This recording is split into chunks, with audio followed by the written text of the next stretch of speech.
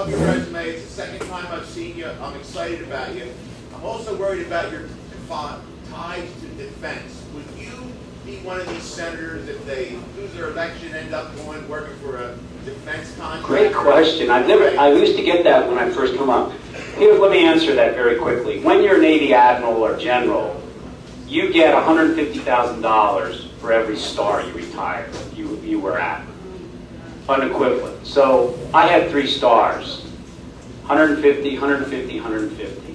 So when I got into politics, I said, I'm paying back, and gave up the opportunity to work for $500,000 a year. So you could I've already done that. You can promise that? Yeah, I'm not going to work for any consultant. I don't have to promise it. I already had that opportunity and let it go by. I'm probably even more to do it. No. If I hadn't done this, you have children, right? I had 1. I couldn't convince anyone to marry me to 47. And think about it. She was going through my hands, losing her. And I'm telling you, I was going to work in 1 of 2 places. The International Relief Agency, up in New York, I forgot the exact name, or get into politics. That's why I told everybody, I'm not going to run for my job. You can run for both jobs. I'm in this for Senate for one reason. I owe people. But I owe my district. Now, you go around here, and this is wrong not to have a leader that believes in what this president has believed in from day one. And his agenda is identical to mine. Now, when this is over, I'm going to win. But I have never, ever, ever will work for the defense industry. Not that I don't like them, it's just not my cup of tea since I've had what's happened to me happen. If it hadn't happened, I might have gone and done that. Do you know what I mean? But my whole life changed living in an oncology ward. So I can promise you that. Thank you. As a matter of fact, my wife let mine go. Yeah, part of your strength is admittedly having been in the armed services. But what I see with a lot of guys in the armed services, and you'll forgive me if I say this, especially officers, is they don't necessarily do for the enlisted. They're not out front as far as taking care of benefits for enlisted families, especially reservists, making sure reservists, if they serve a full year, they get a year's credit GI Bill, etc. Flogging the people that didn't help armor Humvees. Those people should be hanging from a lamppost in D.C. Nobody's doing it. What have you done for the service people? Because I think... Since I've been in the Navy or here. Here. Here's what we've done. My office is headed by a Navy captain retired. The kid I went in the Navy with in 1970. We went off together. We retired within a year of each other.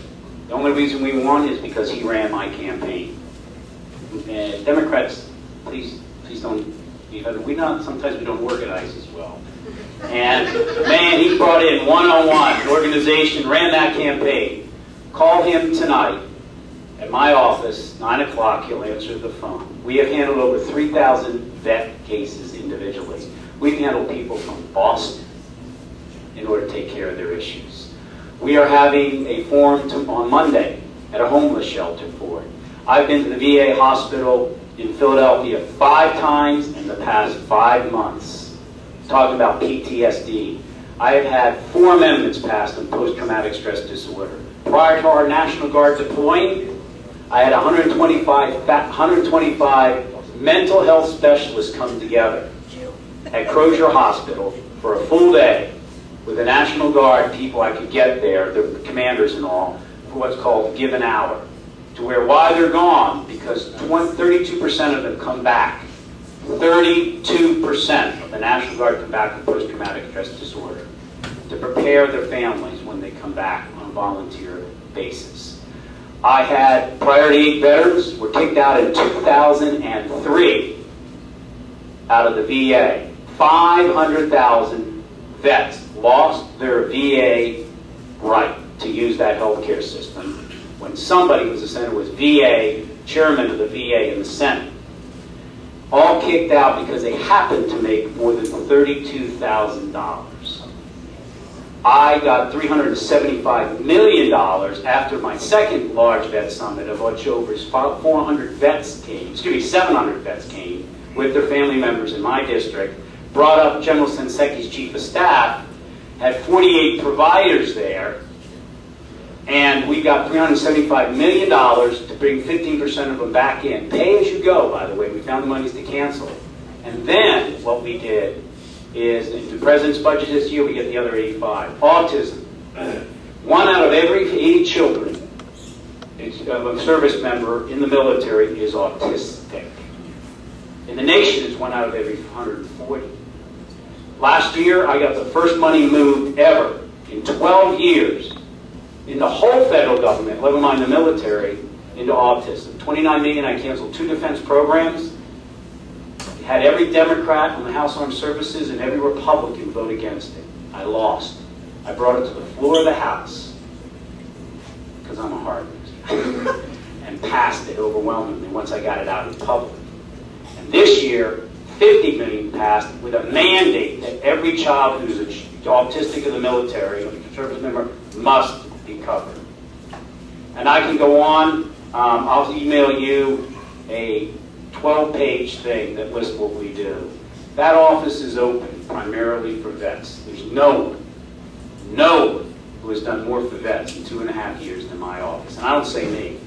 Captain Bill Walsh, we were the first ones who wrote the White House and said, President Obama, change it. When he came out with that announcement that they were going to deny veterans the right to first go to the VA for a claim for disability that was war-related rather than go to a private insurance company. Remember that?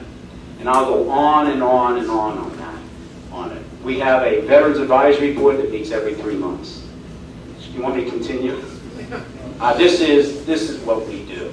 And it's why I'm at a homeless shelter on Monday morning with about 35 vets. So, 1 out of every 4 homeless today is a vet. And this PTSD, the reason they're coming home with post-traumatic stress disorder is they go outside the wire every day for 15 months, come home for 12, act for 12. It's an unremitting pressure up here.